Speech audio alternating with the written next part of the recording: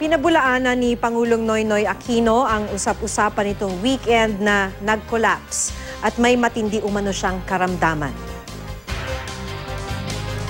Sa mga naniniwala nga po dito, may paalala po sa atin ng nakakatanda. Wala tayong napapala sa tsismis. Talaga naman pong para sa mga porsigido nating kritiko, tila sala sa init, sala sa lamig ang aming sitwasyon. Sila po ang gumagawa ng tsismis na wala namang katuturan o basehan upang isulong ang sariling agenda. Nabito ng Pangulo nang magtalumpati siya sa press briefing para sa simula ng konstruksyon ng SLEX Toll Road 4 project. Ang gagawing ekstensyon ng SLEX ay mula sa Santo Tomas, Batangas hanggang sa Lucena City sa Quezon Province.